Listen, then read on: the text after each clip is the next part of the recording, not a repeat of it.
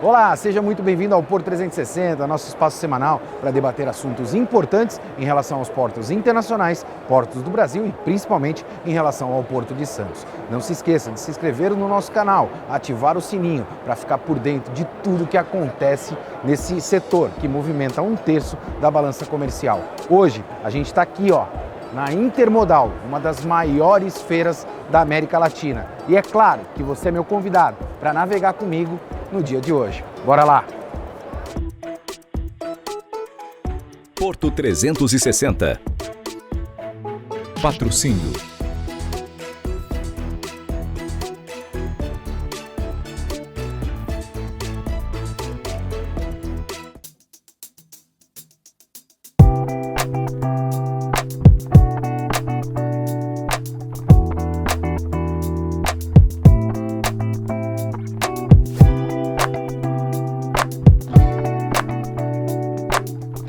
Por aqui na Intermodal e olha que eu encontro esse meu grande amigo Rodrigo. Rodrigo, sabe que eu sou um apaixonado por tecnologia e a gente percebe que aqui no evento a gente tem muitas empresas óbvias do setor portuário, mas muito poucas empresas de tecnologia. É um orgulho para você dizer assim, eu estou inserido dentro de um mercado gigantesco e um mercado no qual eu consegui fazer com que a minha empresa realmente se tornasse uma empresa de ponta. Sim, cara, é um orgulho e uma satisfação fantástica, né? Com o tempo a gente vem participando a cada ano e o stand vai aumentando, logotipos vão aparecendo na parede, amigos cada vez de mais lugares distantes do mundo vêm se conectando aqui nesse espaço, então é fantástico. Eu vou falar desse mercado internacional e queria te fazer uma pergunta. Eu lembro que a gente estava na Confraria do Porto, um espaço reservado para executivos do setor portuário dentro do Grupo Tribuna, quando eu anunciei a nossa missão internacional para Israel. A gente está indo para Israel fazer uma missão internacional. Como é que está a tua expectativa para essa missão, uma vez que você teve ano passado em Roterdã, e esse ano a gente está indo para Israel? Engraçado que ontem tinha um pessoal de tecnologia, fornecedor de TOS, estavam aqui, já estavam sabendo dessa delegação. Essa delegação. Os caras vão para Haifa, vamos conhecer. Então, a sementinha do que a gente está plantando já está sendo colhida e espalhada aí aos 4 ventos pela comunidade portuária no mundo todo. Fantástico. Qual é a tua expectativa? O que você está esperando ver lá em Israel? Cara, tecnologia e inovação na veia, é uma realidade bem mais próxima da nossa, em termos de país e de volume de movimentação, né? A Europa, Roterdã, fantástico, mas a gente olha assim, é o sonho ainda, uma janela de tempo, 10 anos para frente, e ali acredito que a gente vai estar num intervalo de tempo bem mais próximo da nossa realidade. Tá aí. Esse é um dos caras, essa é uma das empresas que eu costumo sempre dizer que Porto não é só container, não é só carga. Tem muita tecnologia envolvida dentro do setor portuário. É isso aí. A gente continua na maior feira da América Latina desse setor que movimenta 1/3 da nossa balança comercial.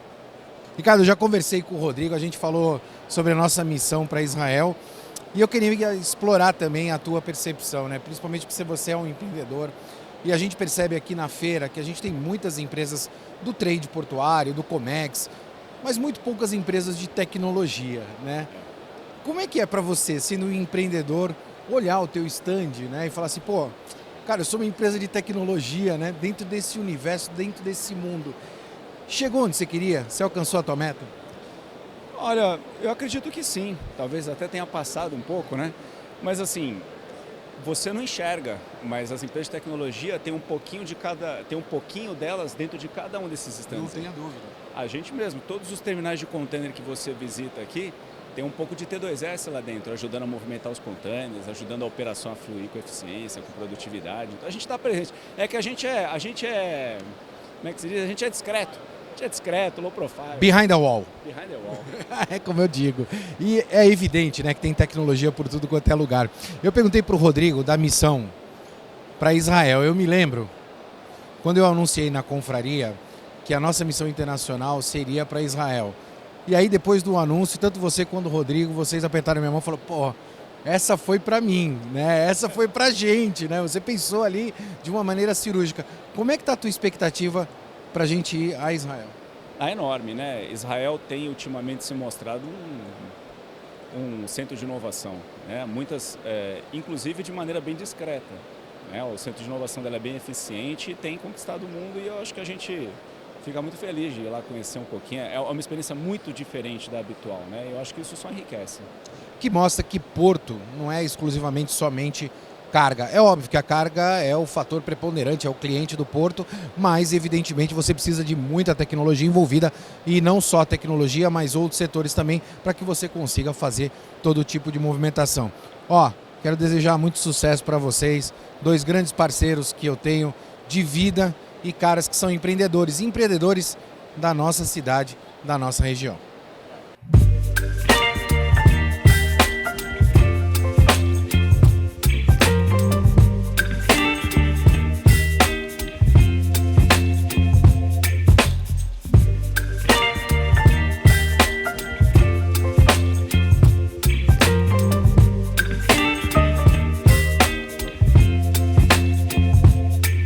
Eu sempre fico muito contente quando eu encontro personalidades como essa, o meu amigo Antônio, que sempre está disponível para me ensinar. Eu aprendo e aprendo muito com ele. Tudo que eu sei de dragagem, posso dizer que boa parte aprendi com o Antônio. Antônio, que bom te ver aqui na Intermodal. O prazer é meu, estar aqui, encontrar os amigos, encontrar o pessoal nos estandes dos portos é muito bom. Não tenha dúvida disso. Quero te fazer um questionamento, né, Antônio? A gente falou dessa questão da dragagem, eu percebo agora, principalmente com o novo governo, né, o governo se estruturando, o mercado muito preocupado com a dragagem, porque é algo muito sensível, muito importante, é um serviço fundamental, não só Porto de Santos, mas para todos os outros portos do Brasil. Se a gente está pensando em aumentar a capacidade, se a gente está pensando em aumentar o volume de movimentação, a dragagem tem um papel preponderante nisso, ou seja, se não tiver canal de navegação, não tem como fazer absolutamente nada. A gente está preparado, né, para qualquer tipo de modelo que venha por parte do governo, porque falou de desestatizar, não vai desestatizar, a gente está pronto? Eu acho que está, Maxwell. Nos últimos anos, os portos se adequaram mais na contratação de dragagens, usaram as ferramentas que foram criadas, tipo as contratações RDC, os processos licitatórios têm sido mais céleres. E falando pela Vanord, né, especificamente pela minha empresa, a Vanord, a gente está preparado para atender o mercado. Acho que o mercado como um todo está preparado para atender os portos. Ou seja, a gente não está num regime de contratação pela lei de licitações. O RDC é um regime diferenciado de contratação. Ele dá a possibilidade de ter uma segurança jurídica muito maior nos contratos? Sim, as contratações ficam bem mais céleres. Não vou dizer que se chegou ao formato ideal. Ainda tem alguma coisa para polir, mas já melhorou bastante. A contratação ficou mais célere. Nos últimos tempos tem se conseguido atender a tempo e a hora. Por outro lado, em termos de disponibilização de equipamentos, etc., nós temos nos colocado sempre à disposição dos portos e conseguido fazendo-se um bom planejamento, a gente consegue atender muita gente, ou todo mundo. Eu fiquei muito contente porque a gente visitou a maior draga do mundo lá em Roterdã. Tivemos oportunidade também de embarcar nesta draga no Porto de Santos. Tá aí, a gente está pronto e tem prestador de serviço à altura para atender os portos do Brasil. Você que acompanha o Porto 360 já conhece Osmari Castilho, mas eu estou conhecendo pela primeira vez pessoalmente.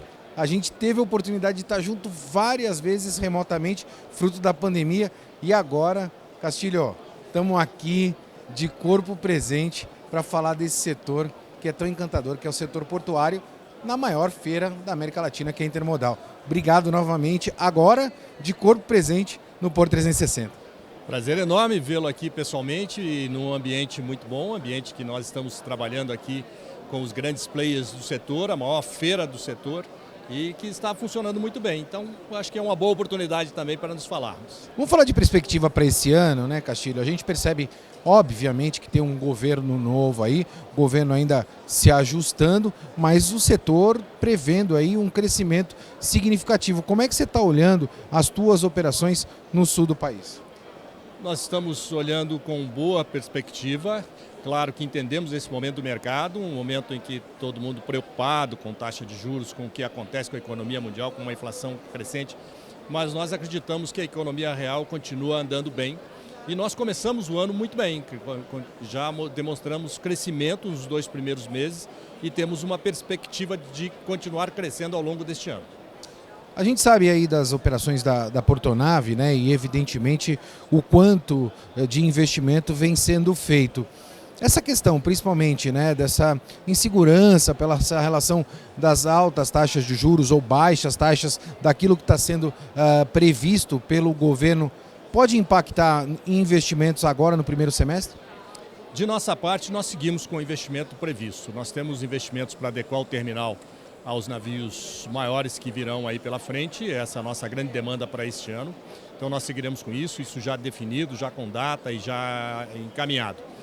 Nós não temos nenhuma perspectiva de parar investimento ou de esperar para ver o que vai acontecer. Não, eu acho que o segmento precisa dos investimentos, nós precisamos seguir com eles e de nossa parte vamos nesse rumo. Eu sempre comento a bacia de evolução ali, né? Você falou em navios de maior capacidade. A bacia hoje existente ali de evolução, ela vai abrigar esses navios também? Ou existe uma necessidade de mudança ou de uma nova bacia de evolução para o porto ali especificamente? Existe a necessidade de se concluir a segunda fase. Nós temos uma bacia de evolução que foi feita na sua primeira fase e que possibilita o giro dos navios de até 350 metros, que são os maiores navios que operam hoje aqui, mas a próxima geração serão os navios de 360 metros e o complexo portuário do Rio Itajaí não está adequado para isso. Nós precisamos sim das obras que devem ficar a cargo do governo federal. Castilho, eu quero te agradecer muito por estar com a gente aqui agora de corpo presente no Porto 360 e estou começando a acreditar que a minha visita vai acontecer na Portonave também. Fico muito feliz de ter você novamente aqui no Porto 360. Eu me sinto muito honrado, continuamos aguardando a visita de vocês a Santa e Bela Catarina, temos lá acho que um bom exemplo de terminal portuário funcionando muito bem e também de uma região muito rica no sentido logístico, com toda a infraestrutura e com muito potencial. Então aguardamos a sua visita lá também. Tá aí, Porto 360 em breve, lá no sul do país. É hora do nosso quadro da semana, Papo de Porto, com Mário Povia. Olá, Marcos. O nosso papo hoje é sobre regulação. Vocês devem ter acompanhado aí a questão das agências reguladoras. Recentemente, uma série de associações, particularmente no setor portuário, publicaram aí moções favoravelmente ao modelo regulatório adotado pelo Brasil. Algo importante no nosso setor, as agências reguladoras que surgiram aí em meados da década de 90, exatamente para cumprir uma missão importante, né, que é cobrir as áreas então controladas pelo Estado, hoje a cargo da iniciativa privada. E este modelo tem dado muito certo no Brasil, porque as agências têm cuidado com expertise nos seus respectivos campos de atuação, dando segurança jurídica, estabilidade regulatória, modelos de exploração de negócios com caráter isonômico, atendendo bem aí a questão de usuário, sempre atenta, né, às necessidades de um tripé, né, que são os interesses governamentais, os interesses daqueles que exploram a atividade e dos usuários. Sempre dentro desse modelo harmônico, né, cuidando de todos os interesses. Por isso mesmo, as agências não estão ligadas aos governos, elas estão ligadas ao Estado, com E maiúsculo, né, dado que o governo vamos dizer, é uma das partes interessadas na atividade regulatória. As agências, longe de serem entes que podem fazer o que bem entendem, ao contrário, elas devem respeito às leis e devem respeito às políticas públicas. Então, qualquer medida tomada pela agência que fira a política pública ou a lei, ela pode ser administrativamente reformada pelo próprio ente ministerial, através de recurso hierárquico, por exemplo. Portanto, vejam que essa pseudo-autonomia ela é relativa, né? E, é claro, as agências têm buscado, né, sempre estar aderentes a essas questões de cunho regulatório. Portanto, quando nós vemos aí no Congresso Nacional algumas iniciativas, né, tentando limitar o poder normativo da agência, tornando-as meros fiscais, né, é algo para ser repudiado, porque, repito, mexe exatamente no modelo que tem dado certo, que perpassa governos, não é? Sempre dentro de uma política voltada especificamente para os setores de atuação da agência, dando previsibilidade. Veja, as agências hoje elas não conseguem mexer nos mercados regulados sem que haja um controle social bastante rigoroso das suas atuações. Portanto, há que se ter audiência pública, análise de impacto regulatório, depois uma análise dos impactos a partir do modelo regulatório adotado, tudo isso prestando contas para o Tribunal de Contas da União, para o próprio Congresso Nacional. Então, veja, algo que fira, né, que busque, né, retirar essa autonomia das agências, dizendo que há uma liberdade excessiva, que há uma autonomia excessiva, não é verdadeiro. Pelo contrário, as agências elas estão exatamente na outra linha, né, na linha da segurança e prestando contas para a sociedade. Então, portanto, aqui eu gostaria de me unir, né, a esses movimentos aí de solidariedade às agências reguladoras, e particularmente às 3 agências que atuam no setor de transportes, né, a ANAC, a NTT e particularmente a nossa agência, a ANTAC, que cuida das áreas de portos e de navegação. Por hoje é isso aí. Um abração a todos.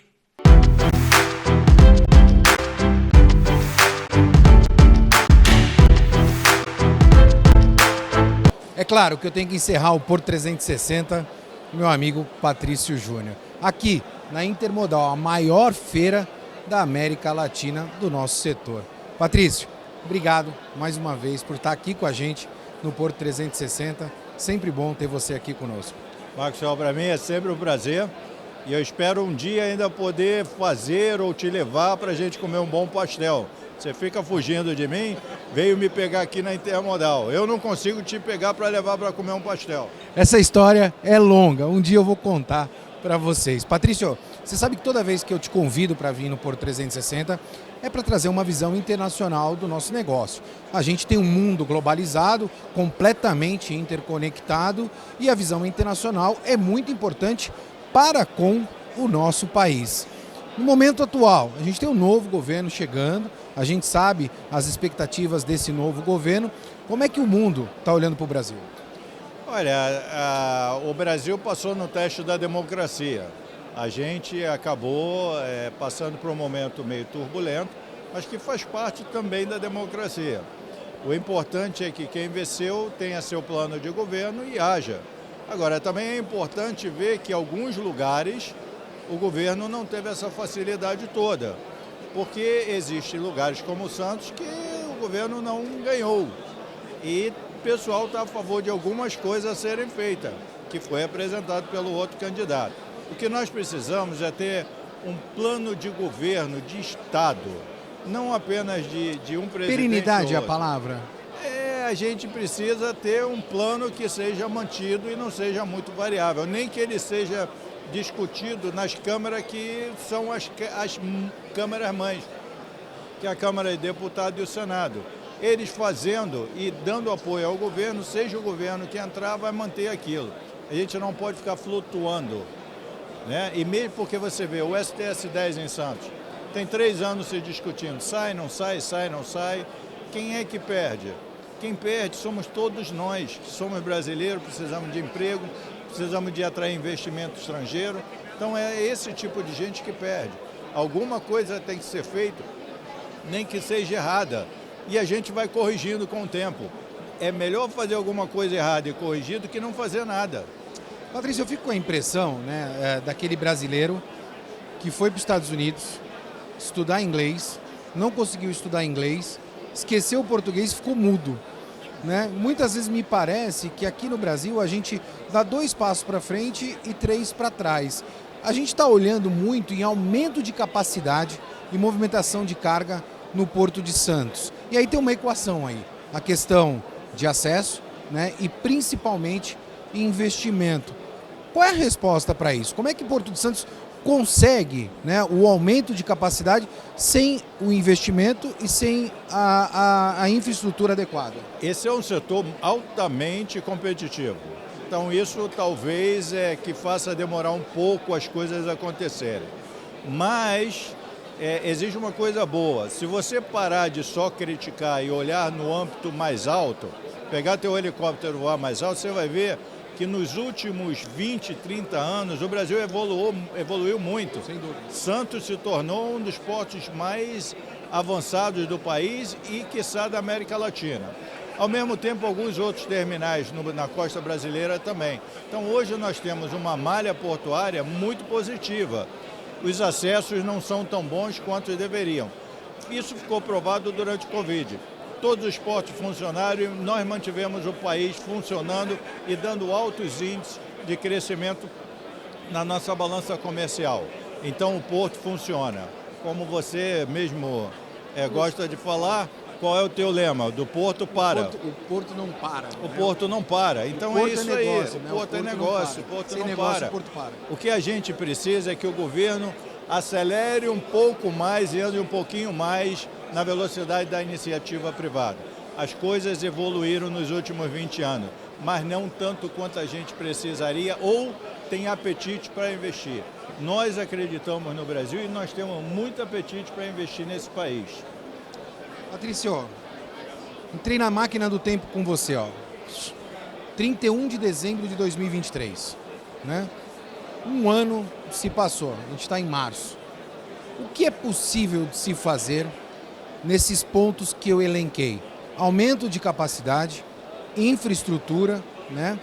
E as questões relacionadas à instabilidade jurídica que ainda, né, rodeiam o setor portuário. O que é factível de se fazer nesse ano? Vamos tentar ir por parte para eu não esquecer. Você começou com a questão do aumento da capacidade. Aumento da capacidade. A primeira coisa é tocar o projeto do STS 10, seja ele como for.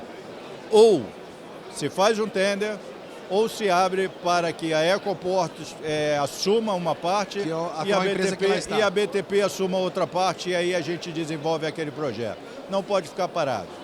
O segundo fator... Até porque, se você me permitir, uma área extremamente nobre dentro do Porto de Santos, ela área... não pode ficar ociosa, né, Patrício? Olha, isso não acontece em outros locais. O Brasil, o agro é pop, mas o que traz iPhone, o que traz carro é container. O porto é top. O porto é top. Então a gente precisa também não esquecer disso, né? Santos, em 10 anos, chega à sua capacidade máxima. Se a gente mantiver um crescimento pífio de 5%, nos últimos 10 anos foi 6,5%. Então, a gente precisa já produzir capacidade, não só do Saboá, mas pensar aonde vai ser a próxima. Sem dúvida. Depois do Saboá, a gente já tem que começar a discutir qual é o próximo. Então, no tocante à questão de aumento de capacidade, STS 10. Isso é achar uma solução o mais rápido possível. Até 31 de dezembro de 2023. Então, demos um check aqui.